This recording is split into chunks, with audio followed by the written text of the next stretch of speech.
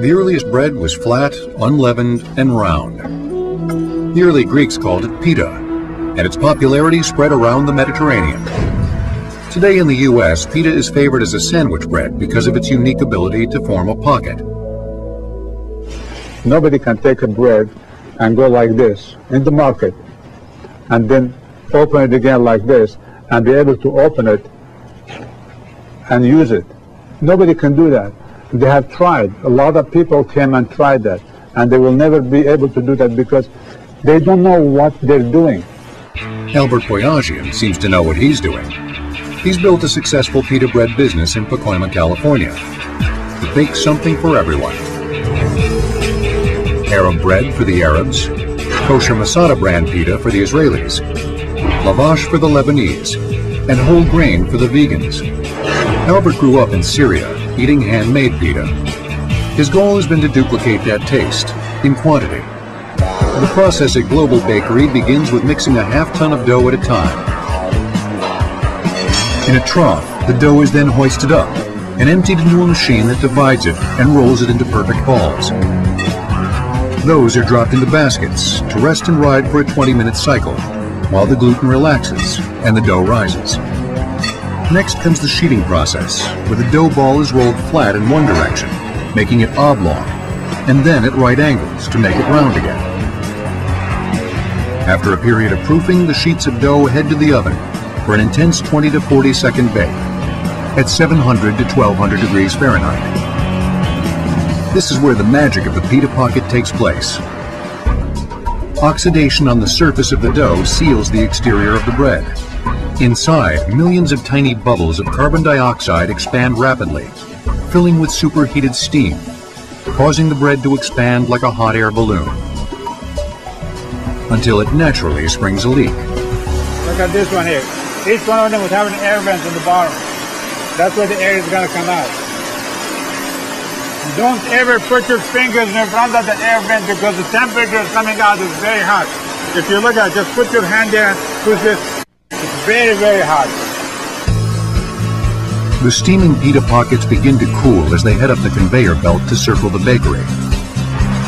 After the breads take a lap around the factory, workers gather them, inspect them, stack them, and send them along for wrapping and shipping to Global's customers. We send all the way to New York, to Florida. Sometimes we ship pita bread from here to New York.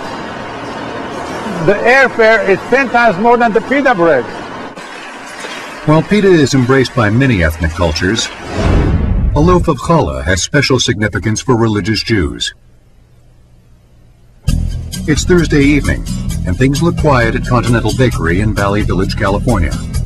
But behind the scenes, a full crew will work late into the night to bake challah, a soft, sweet woven bread, traditionally made with lots of eggs. The loaves will be sold the next day for the Friday evening celebration of the Jewish Sabbath. Anything else for you? Yes, I want an egg challah slice, please. Continental is a kosher bakery and is regularly inspected by a rabbi to be sure it adheres to kosher rules. What makes a bakery kosher is the ingredients. Real good. Well, what does it mean, ingredients kosher? God prescribes in the book of Leviticus, chapter 11, says these are the foods he may eat, these are the foods he may not eat. Well, the role of a rabbi is very simple. He comes in, he knows what is kosher, he knows what's not kosher. Real good stuff. He'll just walk in here and he just looks in the pantry. What are you using today? And you do not know when he is going to be showing up. Challah for the Sabbath celebration is always woven in the same way, from the same number of strands. At the moment, we are rolling the bread, kneading the bread, shaping the bread into strands for braiding. So you need 6 strands for each loaf. So we are shaping them in groups of 6s. And then we've got Onan over there actually doing some of the braiding. And now Simon's doing some of the braiding too. Claudio and I are shaping strands. The word challah refers to the portion of a baker's bread that in ancient times was set aside and donated to the temple. That donation is symbolized today by a ritual in which the baker throws a small portion of the dough into the oven as a sacrifice.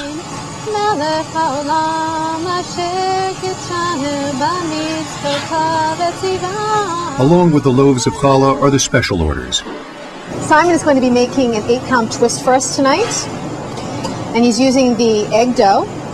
Some of the larger ceremonial events, like a baby naming or an upshrin when a child turns 3 years old, a boy has his first haircut, weddings, bar and bat mitzvahs, ceremonial halls will be used.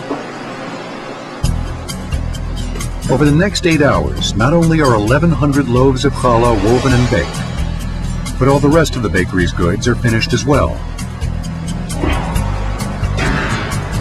And a tradition, thousands of years old, continues. The Italian word for a round, flat bread, pizza, comes from the Greek word pita. Bread will return